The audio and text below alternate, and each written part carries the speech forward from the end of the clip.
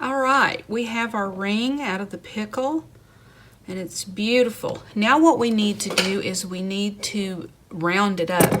Now, as I said earlier, my ring mandrel is a little bit of a square shape. It's a square, but it's got rounded corners, but that's going to work fine. Now, one thing we do need to do, I'm going to turn it up here, and I'm going to rest it. I have this, which is very, very nice because it sits right where I need it to with that little drop so that I can texture the places that were not textured earlier. Now, I'm not going to hit right on that seam. I'm going to hit right to each side.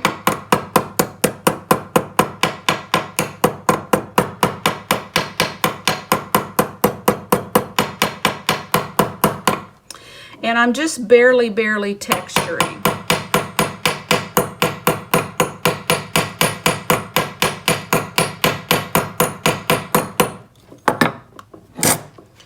Now I'm going to put it on, and it fits. That's good. That's always a good thing when the ring fits. Now what I'm going to do is I'm going to work on rounding it up, and I'm going to do that with my leather mallet because now that I have my texture, I don't want to deform that. Now with a rounded one, I would just simply take and I would tap it down until it got rounded. Then I would pull it off, turn it around, and round the other side. Because this is conical, we do not want one to be bigger or out of whack than the other. So you're going to want to do that. Now you're going to want to be mindful that you're not putting it too big, because if you slide it down too far, it'll be too big. So you need to be mindful of that as you're doing it. Now, like I said, this ring mandrel doesn't have size increments, but if it did, I would be watching, and I would want my size. So I'm a 7 1/4. So I would want to make sure this center of the ring was at 7 1/4. That is a question that's asked a lot. Where do I put the size? Well, you want the size to be in the very, very center. So what you would do is you would continue to hammer this down on your mandrel until, and of course, once you pass that line and once it's underneath here, it's going to be a little bit hard to see. One thing you can do is you can line your ring up on the outside, and you can line it up at that 7 1/4, and you can see where it comes to at this edge. So if this is 7 1/4, this could be 7 3/4. So then you know if you get this outer edge to 7 3/4, and I'm just using numbers just for an example, but you need to look at your ring mandrel because your ring may be a different width or whatever, but you would line it up on the outside with that size, the correct size in the center, and see where this outer edge winds up. And then that outer edge would be where you would want to hammer it down to. Now, you can hammer it like this, around and around. And anyway, get your ring rounded up and down on the size that you need to get it rounded to, and we'll be right back. Okay, so we have our ring shaped, and mine's got the little rounded squared edges, so that's cool. It's a very comfortable shape, but not one I do often. So now what we need to do is we need to file our edges. They got wonky from the texturing and even sometimes the heating and all of that, and the hammering on the mandrel and that kind of stuff will make them uneven. So what we're going to do now is we're going to file those edges. Now you're going to file flat. You're going to make sure that your file is flat on top of your ring, but you're also going to turn it. You're going to do a pass, then you're going to turn. That will keep it even all the way around.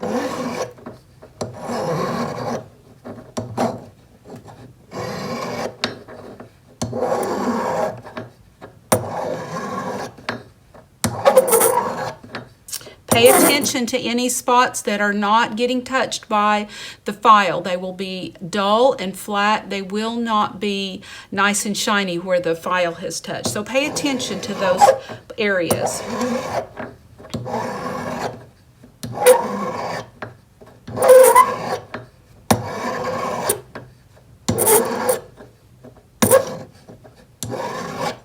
Now we are going to texture these edges, so just take a good look, make sure that it is doable, I guess is a good word. I have a little high spot here where that seam was higher, so I'm going to file it down and pay a little extra attention to it. But the rest of it looks good. Now I'm going to file this side, and then we're going to texture the edges.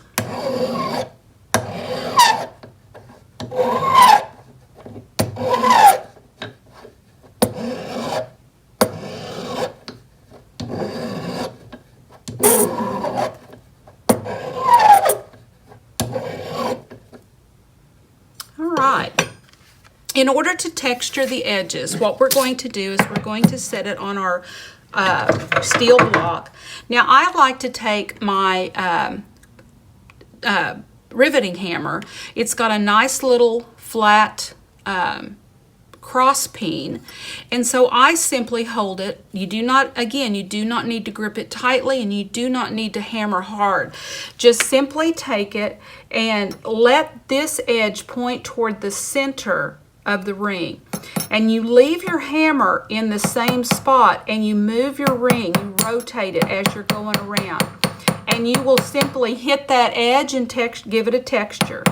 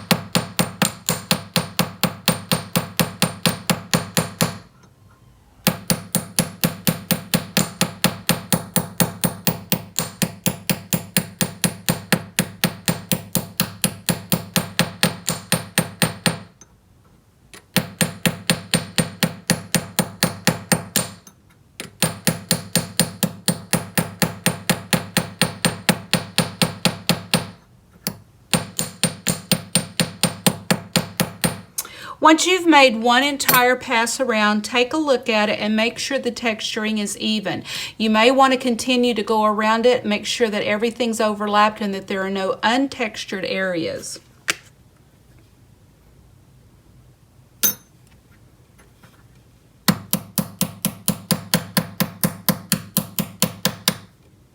Then you'll turn it over and do the other side.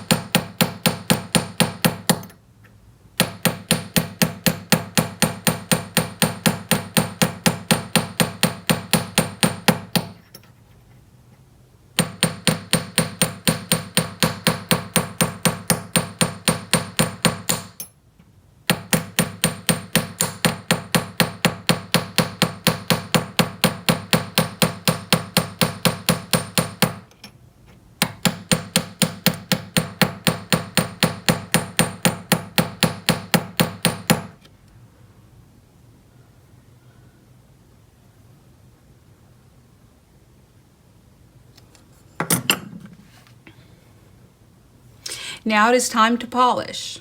So I would suggest that first of all, you take a half round file and just gently go around the inside of the ring.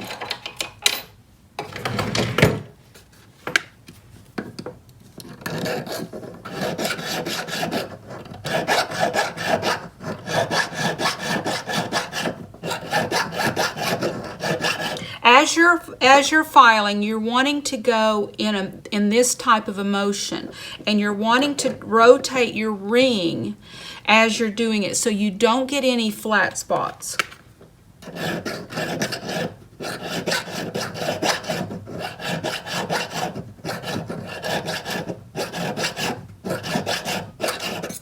Then turn it and do the same process on the other side.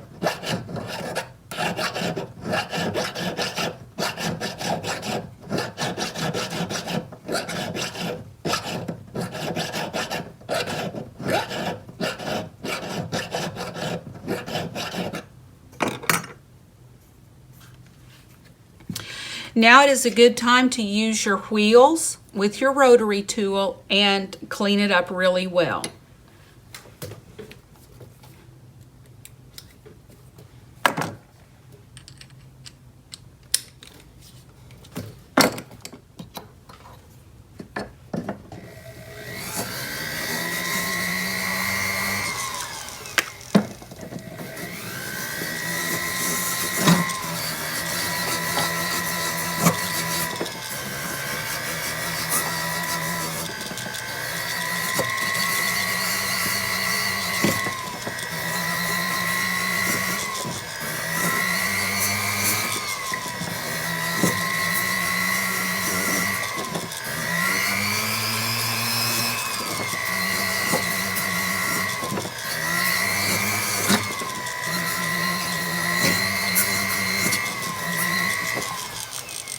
Once you have worked your way entirely through your series of rotary tools from your most coarse to your most fine, give it a good clean with the brass brush and the Dawn soap, and then throw it in the tumbler for a couple of hours, and it will come out bright and shiny. I'll see you back with my bright shiny ring. A split mandrel is a great tool to be able to polish and sand the insides of your rings or any cylindrical jewelry piece. It is simply a steel mandrel with a slit in it where you can slide your sandpaper in the slit, and then with your rotary device it whirls it around, and you can get in there and you can sand the inside of your ring. This is a very fine grit sandpaper. It's actually the strip of sandpaper that I use on this, which makes this an amazing tool. Again, once I've used them on here, or even if I haven't, I'll take this strip, put it in here. The padding on the back that holds it to the Velcro is just enough padding to keep it from sliding out of the mandrel.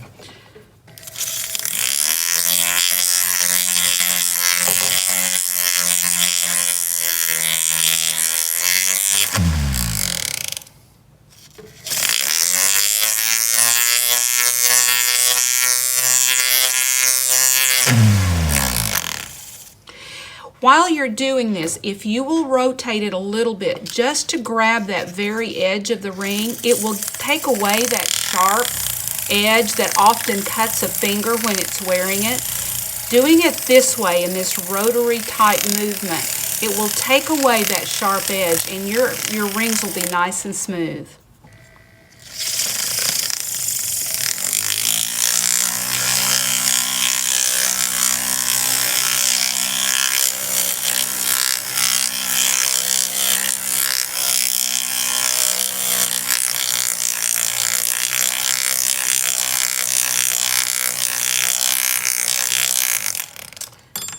Beautiful.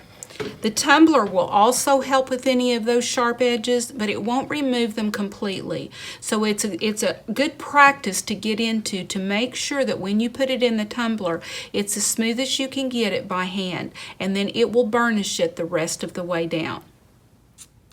Well, I have my ring out of the tumbler. Look how shiny and pretty it is. It's got a beautiful textured edge, makes it look very substantial. Now, one thing I wanted to tell you about rings. This is a very, very common practice. You can make these as wide or as narrow as you want. You can use this band and then file a top file the top of it off and put a stone on it. You could even set tube setting stones. So this is a wonderful base to create more designs from. You could even add embellishments like a wire design or granulation. One thing I do want to talk to you about, if you fuse your ring and you go to hammer a texture on that seam and it pops open, what that means is you did not get it fused completely to the core. A lot of new students are concerned about overheating the metal, and they see it go glassy and then they pull away, and maybe they do it again and it goes glassy. But let me caution you to do it, 2, 3, 4 times. This is very thick metal. So if that does happen, if you get it on there and you're texturing that seam and it pops open, don't despair. Just move the ends back together. Give it a good clean. Put the ends back together. Make sure there's no light. Flux it and refuse the ring. But this time, make sure that you get it really good infused. So move in, get it good and glassy, pull away, let it kind of just calm down, then go right back in, pull it away. But when you go in each time, make sure it gets that glassy chrome look, then pull it away.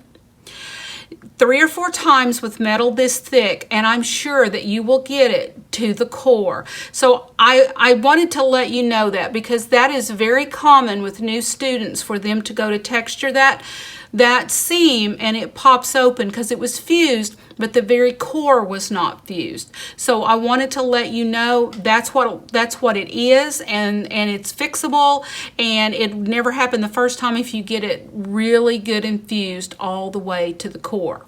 Now, another thing that this band is good for is making spinner rings. So if you made a ring like this and then you flared it out and put your other bands on there, you would have a spinner ring. And maybe in a future video we'll do that, because there's a trick to doing that as well. So anyway, I just wanted to talk to you a little bit, and I hope you enjoy your ring. Mine's a little tight. I made it almost a little too small, but it is a 7 1/4. I think my fingers have gotten pudgy lately. But anyway, I hope you enjoyed that, and I hope your ring is as beautiful as you want it to be. Thank you.